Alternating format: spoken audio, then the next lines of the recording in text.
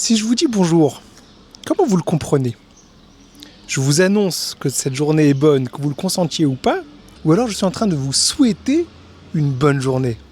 C'est là tout le secret du bonheur, dans cette ambiguïté autour du bon.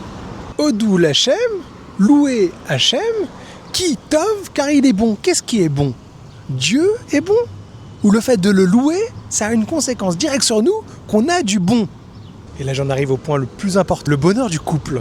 Au début de la création du monde, Dieu crée l'homme, Adam, seul. Et dans cette solitude, Dieu déclare « Lo tov à Adam levado ». Il n'est pas bon pour l'homme d'être seul.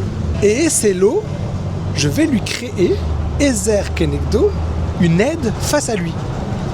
Bah oui, il était tout seul, c'est pas cool, c'est ennuyant.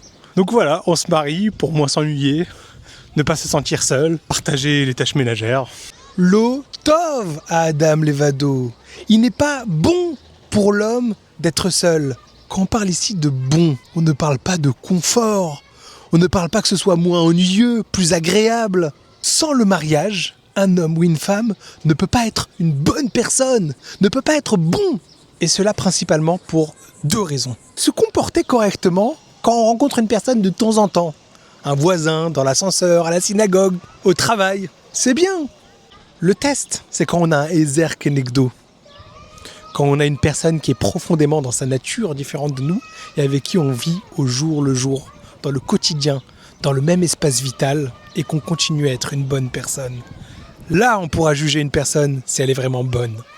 Nos sages nous disent aussi que Dieu a créé le monde parce que Dieu étant bon, dans la définition même d'une personne bonne, c'est de vouloir apporter à autrui de la bonté. Donc Dieu a créé le monde pour pouvoir apporter de sa bonté à autrui. Un homme seul ne peut pas être une bonne personne puisqu'il n'a personne à qui apporter. Donc on se marie pour être une bonne personne, c'est-à-dire être capable d'apporter et de donner et encore donner. Voilà, je voulais partager avec vous une petite réflexion sur cette notion de bonté. Si vous avez apprécié et que vous ne voulez pas rater les prochaines réflexions, n'hésitez pas à vous abonner et à suivre cette chaîne. À bientôt.